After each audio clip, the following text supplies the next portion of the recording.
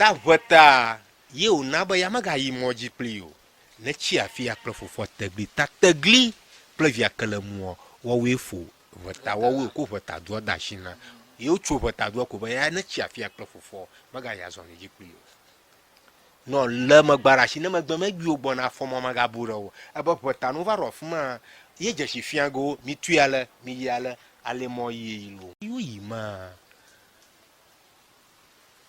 eso so vie toglo na ro fi o ro pipa ba yo yi ga ba toro kwa ke ye ma nu re no fa kan ka na mi no fi do ma to a chen ro gba to kun nya dan la o dongo tate po dari o lo fa mo marun lo fa mo o to mo mo ju ko joro ta to pa to gbo ta ma fi mi ka pupa ji no lo hun lo fa mo ka du vali o so enya vota ka yo to vota no ina san o ro va goma yin san nkunu ara zo la moji e o mo po mu na o to glo ro to ba o do amagbetoro bonava amu pagala moji aba zozoma amu poploma togolo voduji o zozomuro na magblofi aba vodua do hima mo katai goma sego vodua manya nu vovo nu vodua nu onyo kona ji agba na duko vodu manye togolo zonru akokpo do bowo ta aro to la yo vodu blama yo fa blama yo hu blama ba amato hiaro bona to ngoche bona va kplega kple yo amerika de ka ma wieve onya manu doglu o ne magblofi ba manu doglu ami o kanya ma vovon wo ti aragbanu nu mako na mlonyi ko de na kuima o yo amamo la blama alo hu blama alo fa blama alo nya gbama ba nu doglu o ma wieve Aurora ba wo vala dogbo avuvuo klai ya wo wole swin bonu swin vena ya gbagbelo alo kuku anu livena ta swin ta udoma wieve marora ba no ve aji ponu e wo levena ya gbagbelo alo kuku aka no makpo dumago kata no wo kata no trogbo kai togolo ro to ba ma wieve ma gbona abuiba la ko zoe yo rotu ho kwa awo agokoli fe afodede ya numa kan yiko renua blana vio shima konu owo we ple vio ba no lo togbiara shi ya ve o ni ya ve o kanla la mojina ba ta tro megbi yo gbona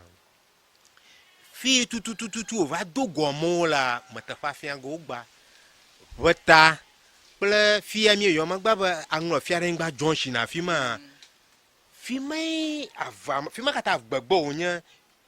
na de manya tegli ple kalamuru repo grava ma vion ka ho pogo lagba ta junction ma mi yo ma lo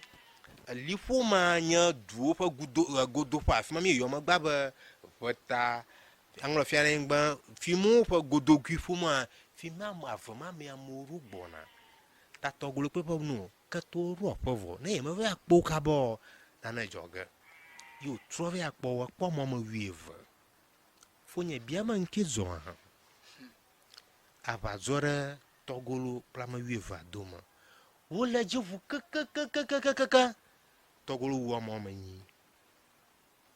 a holi bula mo manyi shi a tsotala mo manyi shi a wo mo manyi chofata de yoga goloma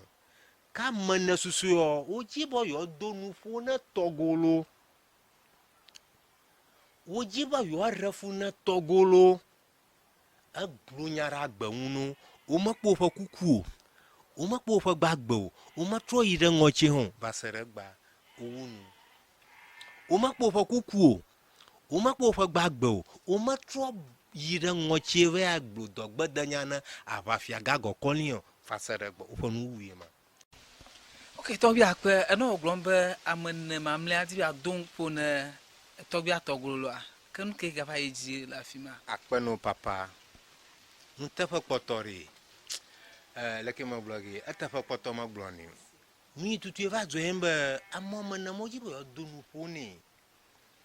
togolo va bu va me ore la ko ba yawo ka nu va dzo embe ala ba togolo na reyo sa fia ba yenya adan kata fa gbere la ga le ngo chi nyigba kata ji wo mo kata le yete ta afunu ra mo me na ma fa gbanu o makpo fa kukuo o makpo fa gbagbo o ma tro yire ngo chi ho va sere gba awunu nu fe ma kaka amanyi susu yo a retalo nu de yo golo ma etamo gbegbegbe ele togolo fa ade homa jikpi fo le anglo nyigbaji ka yemi va yima fifia vi togolo fa je zamei yo troyi ka va ko nu akpo no sua akparama blu yo viao ate viao ajovio pa ho o ga zo fa mo yo yin vua fifia togolo pa pe ba fifia fie ye rokum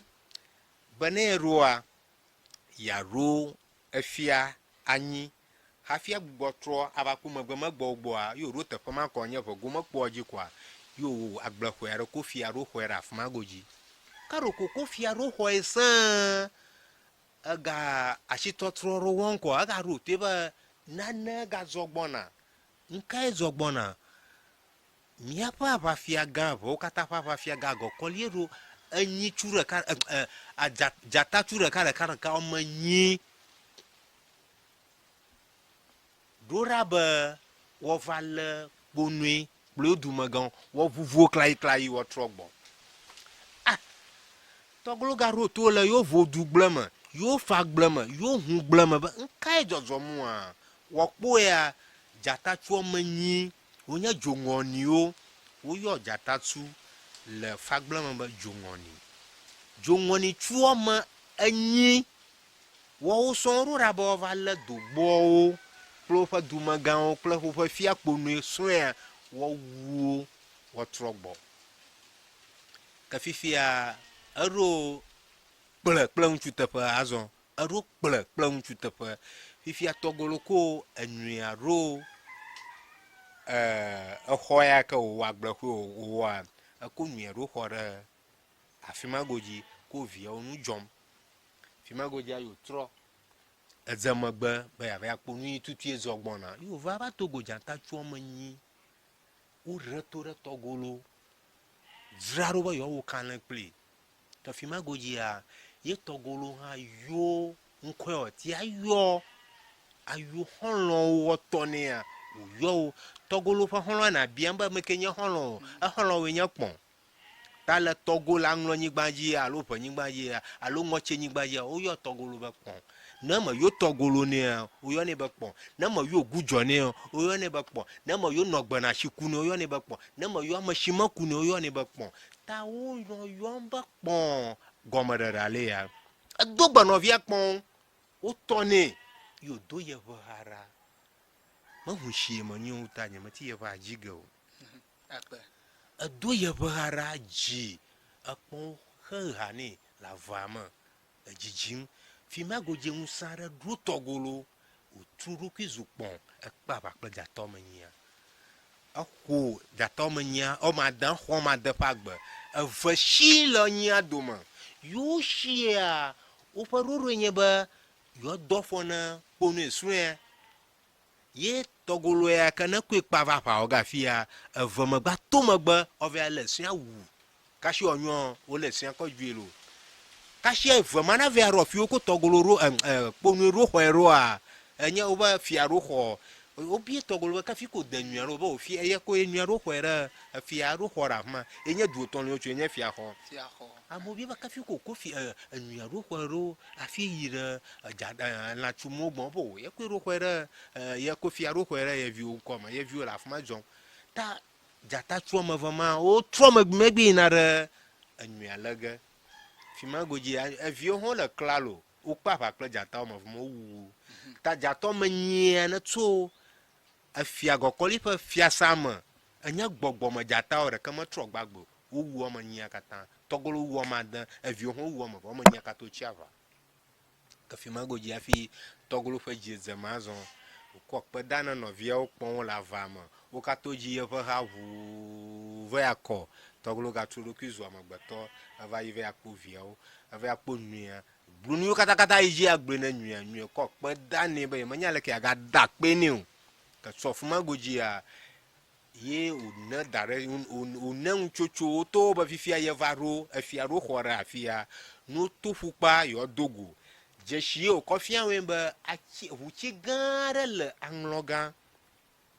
fia kasi yeyea la ʋutsi gã aɖe le afi ma woyɔa ʋutsi ma woyɔa afi ma be tegli tɔkɔ fi me woɖo be yewo katã yɔ dogo le ke ye wo ƒukpatɔwo va ɖo afi ma kɔ tɔglotsotɔ kple nyuia eva kpɔ le afi ma godzi fi me wode dzutsotso wodze edutsotso ɖoe ma fi me mia tɔgbiwo eva sɔ ɖo mlea womegayi azɔlia dzi o ke ame siwo ne kplɔ mi ɖo woe nye klɔbɔwo adawo kple gɛawo tɔglo nungɔnu kplɔ ʋu yewo va ɖɔ nyanuia ye wògblɔ no be anyigba ya katã kpɔm wo la yeƒe adeka anyigbawoe yewo kplɔ ge atsɔ zizã le wɔmlɔ ɖe afia ʋu va do ɖe ƒukpa ne nane kpe ke woa wɔyɔ ye yatɔ na wo fi ma godzia yo do gbe etɔ ƒe mawuia ke ne tɔ dzɔma nya zizã dzia mawuia na afi ma yo do gbe etɔ ma ɖe ve yo kplo klɔbɔwo adawo kple egɛawo sotɔ le blewu wòva do ɖe kpɔ godo fi me ko tɔglo ɖe mɔnu be no kaka ʋuu le anyigba katã dzi va yi ne ma ɖe be ado nuƒo na wɔyɔ ye zã kple kele hã yatɔ na wo fi me woʋu wɔsi nonɔnuwo fi me adawo egɛawo kple klɔbɔwo dze dutsotso va se ɖe gbe. Ok, akpe tɔgbi nkpɔlɔ akpe be mi le dzi ga ɖeka kple mi le Evenyigba TV dzi afia mi ga le egbetɔ hã se ge ɖo nyi ya ake enyawo mewu nu o mi ga gbɔna dzi yi ge enu yi ke ne va dzɔ kɔku ɖe tɔgbi tsali tɔgbi tsala alo okɔnfɔ anɔtse enu yi ke ga va yi dzi le Evenyigba dzia tɔgbi ga gbɔna da ge ɖe etɔa me te akpe ŋkɔ nye Christian Adiabo alo Savist enye ŋkɔ nye mekla mi akpe